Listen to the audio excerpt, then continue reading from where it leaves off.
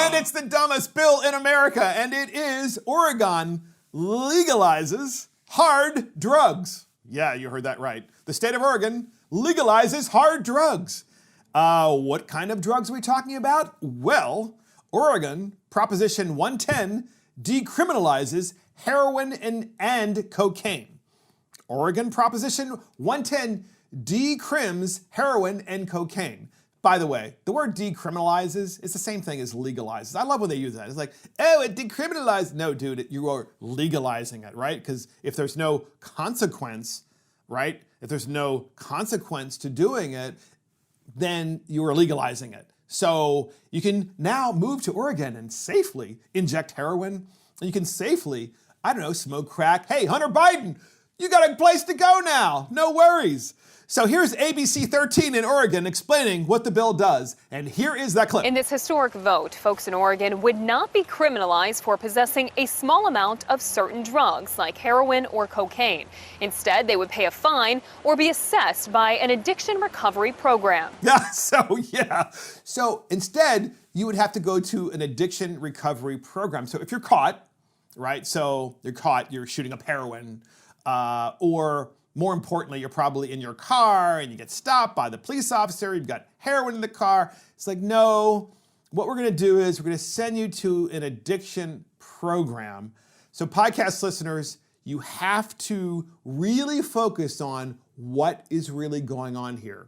And I can tell you this because I know a lot about this particular issue firsthand, not because I'm a drug addict, because I'm not, but because I know people who have gone to treatment centers, and the treatment centers are a huge racket for private industry.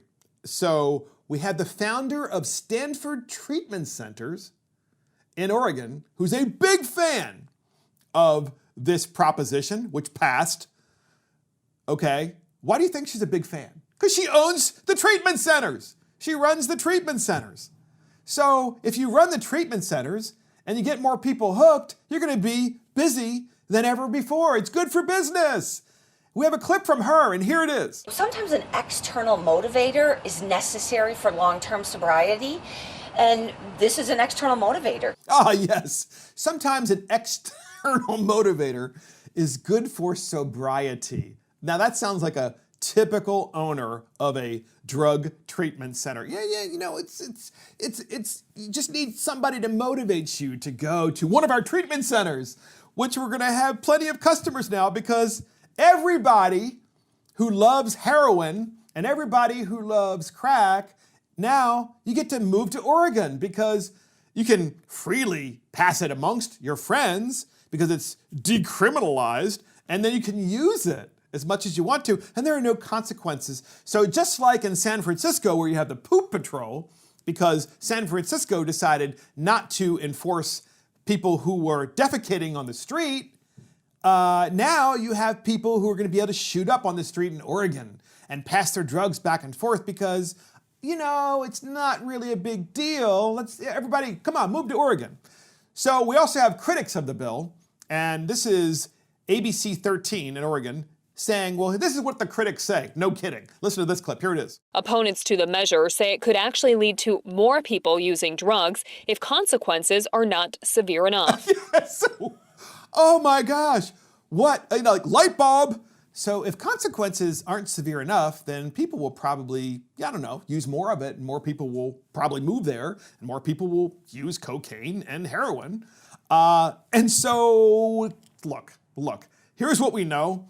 We know that there aren't any consequences in Proposition 110, except that if you're caught, they're going to pay for you to go to a treatment center. So get this, where's all the money coming from to pay for the treatment centers? You're not gonna believe this, podcast listeners. You're not gonna believe this. How do you pay for the treatment centers, like Stanford Treatment Centers, for all these people that are dazed and confused and on their last leg shooting up heroin? Well, you need a funding source when you're a state, when you pass a bill like this.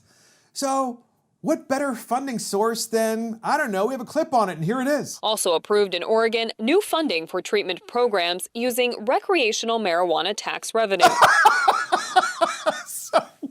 So there you go. So first, we're going to keep everybody dazed and confused. We're going to use that money to pay for everybody who is dazed and really confused and probably near death, because that's what heroin and cocaine eventually do. They eventually clearly kill you.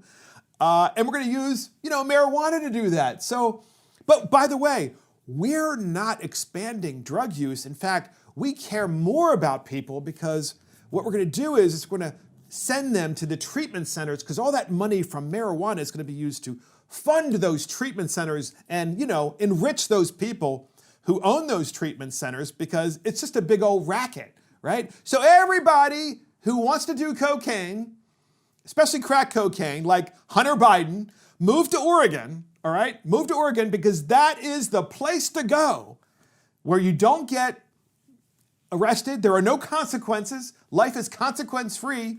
And a handful of people get really rich in the process. And so that is the dumbest bill in America. And this is Mark Fisher. Thank you for joining Mark and the Millennials. Also want to thank, of course, Christopher Hopkins, our assistant producer, and Adam Couture, our producer. Check us out on iTunes, Spotify, YouTube, Facebook, Twitter, and our website. See you next time.